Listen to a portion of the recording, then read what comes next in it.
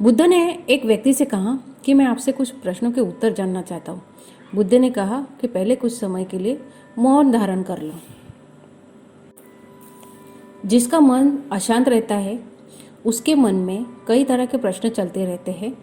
जब तक इन प्रश्नों के जवाब नहीं मिल जाते मन को शांति नहीं मिलती। मन को शांत करने का सबसे सटीक तरीका है मौन धारण करना।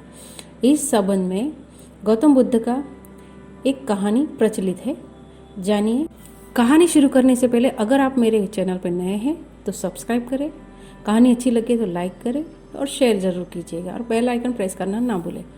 एक दिन गौतम बुद्ध से मिलने एक व्यक्ति पहुंचा। वह व्यक्ति बुद्ध से बोला कि मैं आपसे कुछ प्रश्न के उत्तर जानना चाहता हूँ, कृपया आप मेरे प्रश्नों के उत्तर दीजिए। बुद्ध ने देखा कि वह व्यक्ति बहुत ही अशांत लग रहा है। उन्होंने कहा कि मैं तुम्हारे सभी प्रश्नों के उत्तर दूंगा, लेकिन तुम्हें 1 साल तक मौन धारण करना होगा। उसके बाद तुम जो भी कुछ पूछना चाहोगे पूछ सकते हो। मैं अपनी बात का पक्का हूँ, 1 साल बाद तुम्हें सारे प्रश्नों के उत्तर जरूर मिल जाएंगे। व्यक्ति ने बुद्ध की बात मान ली, मौन व्रत धारण कर लिया। अब वह पूरे समय मौन रहने लगा। कुछ ही दिनों में मौन की वजह से वह ध्यान में उतरने लगा। उसका मन शांत होने लगा। मौन और ध्यान की वजह से उसके सभी प्रश्न खत्म हो गए। इस तरह उसका 1 साल बीत गया। अब वह एकदम शांत और प्रसन्न रहने लगा। समय पूरा होने पर बुद्ध ने उस व्यक्ति से कहा कि मैंने तुम्हें 1 साल के बाद प्रश्न पूछने के लिए कहा था। आज 1 साल पूरा हो गया है।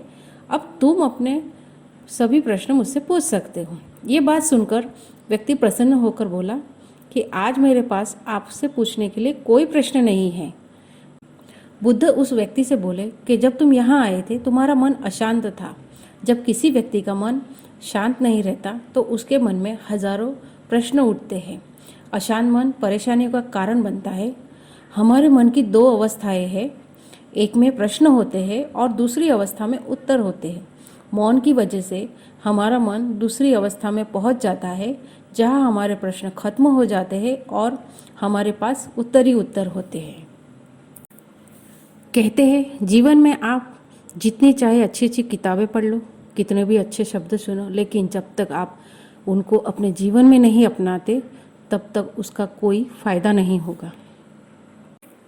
आइए सुनते हैं एक ऐसी ही दूसरी कहानी जो आपके मन को शांत कर देगी। संत ने राजा से कहा कि मेरा कमंडल सोने के सिक्के से भर दो। राजा का पूरा खजाना खाली हो गया, लेकिन वह कमंडल नहीं भरा। इस दौड़ भाग वाली दुनिया में काफ़ी लोग मानसिक तनाव का सामना कर रहे हैं। तनाव की वजह से काम में मन नहीं लग पाता। मन की शांति, सुख सुविधा और धन से नहीं मिलती। इसके लिए इच्छाओं का त्याग करना पड़ता है। जब तक इच्छाएं रहेगी मन अशांत रहेगा। इस संबंध में एक लोक कथा प्रचलित है। आइए सुनते हैं वो कथा।